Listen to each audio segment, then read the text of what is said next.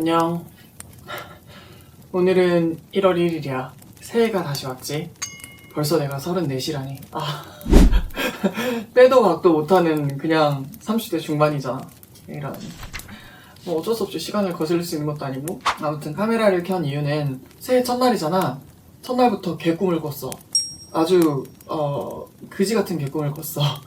한 번씩 꾸긴 하는데 나한테 최악의 악몽은 가족이 나오는 거거든? 엄마가 어릴 때 많이 폭력으로 다스려서 그 반항할 수 없는 어린 나이에 참았던 그게 꿈에서 나오면 막 경기를 일으키면서 깬단 말이야. 그게 좀 많이 나아졌는데 지금도 한 번씩은 꿔. 근데 오늘은 새해잖아.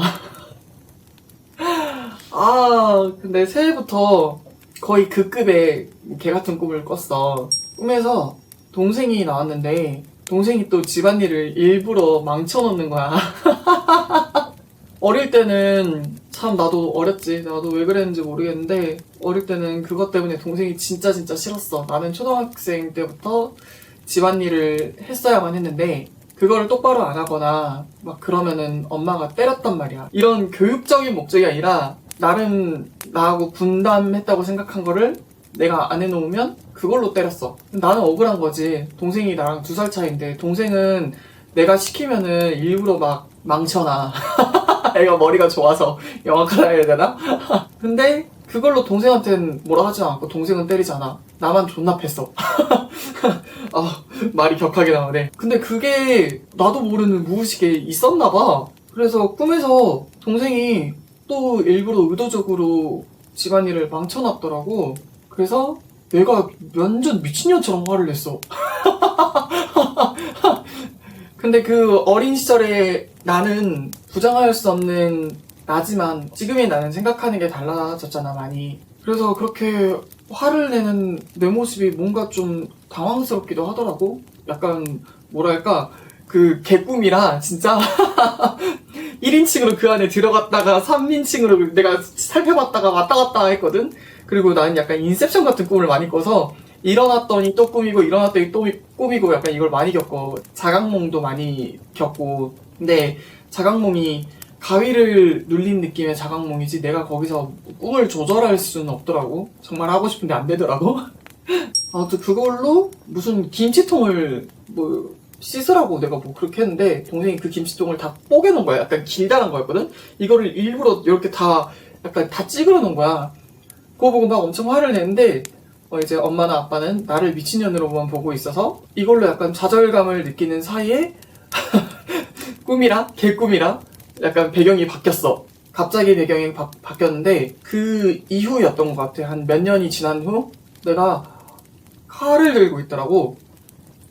그리고 가장 미웠던 엄마를 죽이고 그 다음에 아빠를 죽이고, 사실 동생도 똑같이 어린 나이인데 동생은 그렇게 큰 잘못이 없는데 동생도 죽였어. 일가족을 죽이고 손에 묻은 피를 요러고 이렇게 보다가 그때 이제 자각몽이 온 거야. 뭐지? 야, 이거 꿈이다 하고 깨고 싶었는데 깰 수가 없었어. 약간 반은 의식 있고 반은 꿈에 있는 그런 느낌이었어.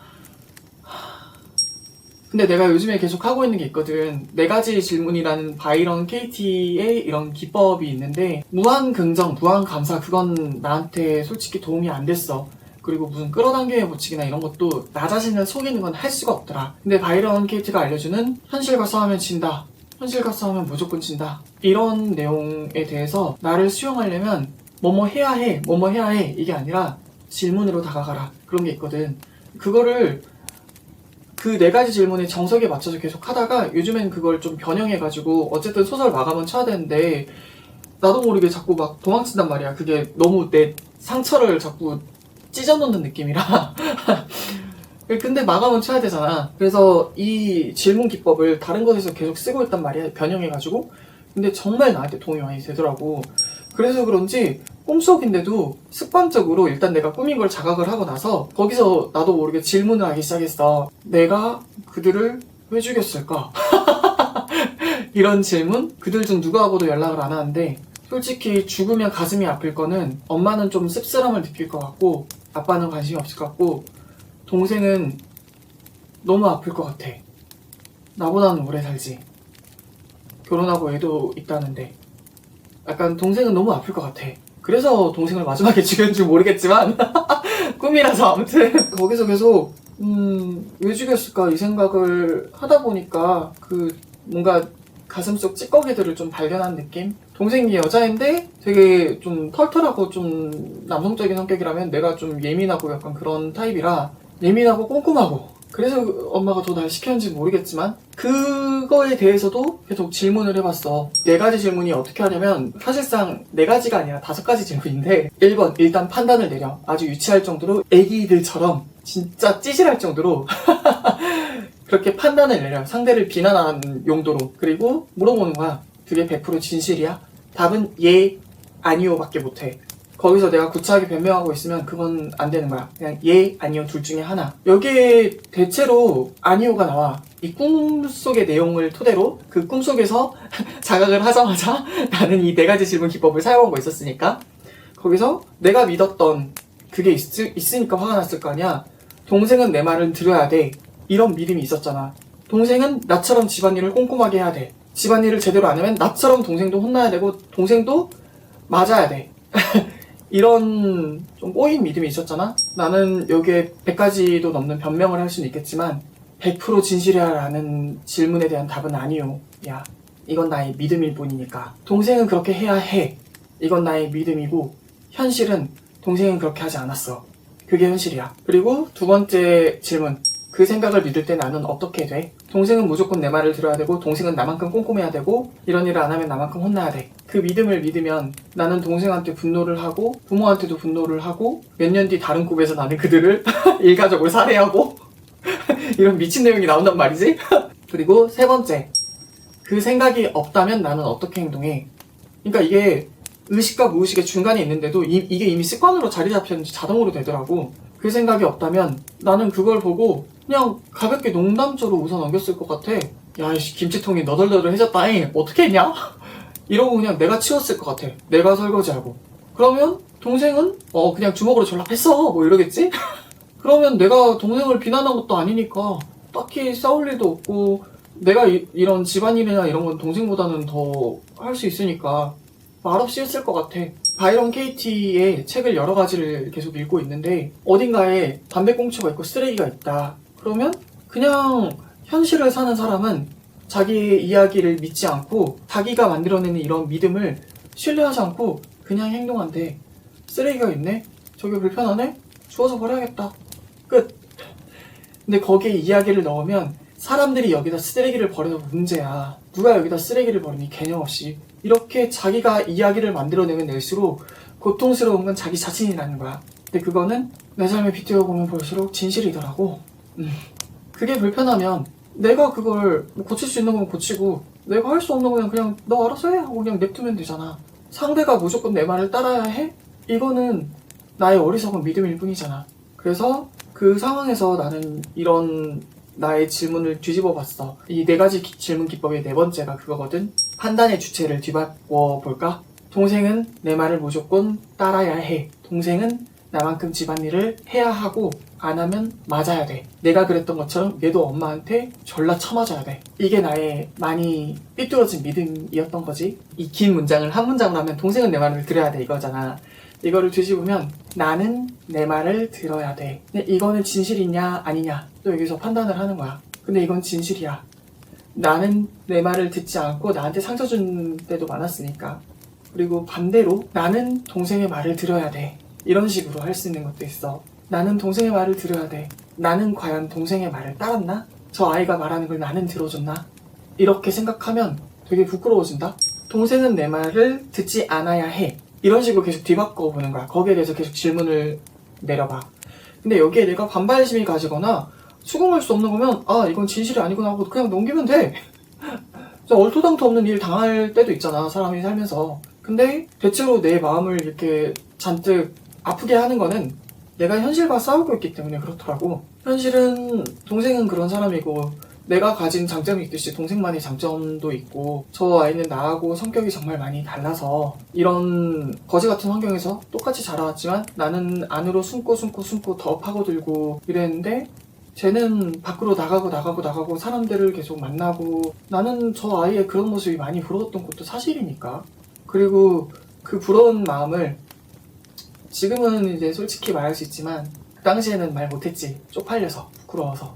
그 부러운 마음을 나는 그냥 완전 삐뚤어서 엄마가 나한테 정말 상처 줬던 말이 넌 자해나 한 거 보고 미친놈 이 말이었거든. 그거에 대해서 나를 도와주지 않았어. 무슨 시도를 하고 와서 목에 빨간 줄이 그어질 땐 도와주지 않았어. 그 한마디였어. 근데 동생이 나를 따라서 그런 행동을 했는데 나는 엄마처럼 미친년이라 했거든. 배운 게 그거라서. 그래서 동생한테는 미안한 게 아직도 맞나봐. 이 꿈이 그걸 증명해 줬나봐.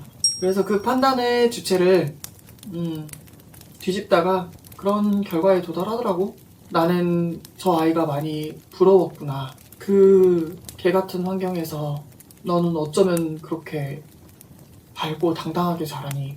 이 말을 하고 싶었나 보다. 물론 엄마가 나를 압도적으로 계속 때렸던 건 사실이지만 대물림처럼 내가 동생을 그렇게 때린 것도 사실이니까.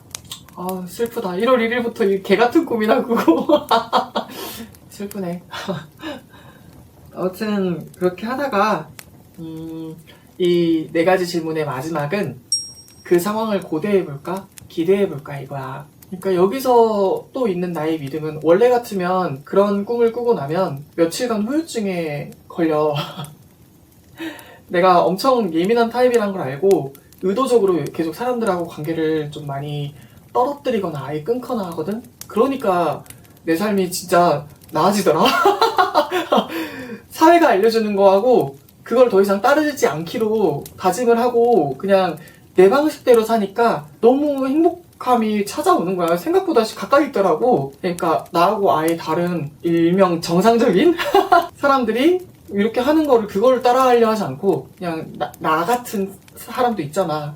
그런 사람들이 어떻게 하는지 그거를 많이 찾아보고 한 게 도움이 많이 됐던 것 같아. 아무튼 이런 꿈에서도 사실 되게 스트레스를 받아 하는 타입이기는 해. 그래서 자극이 없도록 사람을 끊어야 훨씬 낫더라고. 실제 이런 내가 무슨 상호작용을 하지 않더라도 21세기잖아. 나는 유튜브든 뭐든 책이든 누군가하고는 계속 상호작용을 해. 실시간이 아닐 뿐. 그것도 나름 괜찮더라고. 원래 같으면 되게 괴로워하고 고통스러워했을 이거를 이 질문을 통해서 자유로워졌어.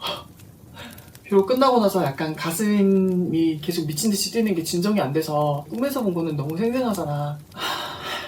내가 죽이는 그런 모습들 얼굴을 원래 잘 기억하지 못하는데 내가 지금도 기억하려면 기억을 잘 못해. 근데 그 꿈에서는 그들의 얼굴이 생생했어. 내가 휘두르는 칼에 맞은 그들이. 그리고 나는 이러고 나서 그 칼 끝을 나를 향하게 했거든. 아마 죽으려고 했나 보지? 그러다가 또 이 꿈 자체에 대한 질문을 했어. 내가 여기에 괴로워하고 아파하는 거는 또 믿음이 있으니까 그런 거야. 어떤 믿음인가? 나는 악몽을 꿔서는 안 돼. 이 믿음이 있는 거잖아? 그 말은 진실인가? 아니? 사람이 살면서 당연히 악몽을 꿀 수 있지. 자주 꿀 수도 있지. 그건 자연스러운 현상 중에 하나야. 근데 나는 이 믿음에 대해서 질문하기 전에는 이 믿음을 깰 수 없었어. 질문하고 나니까 자연스럽게 깨지더라고. 나는 절대 악몽을 꿔서는 안 된다. 그건 진실이 아니니까 쉽게 깨지더라고. 그러고 나니까 받아들이게 됐어. 또 갑자기 이런 악몽이 나왔구나. 이 악몽은 뭐 하다가 나왔을까?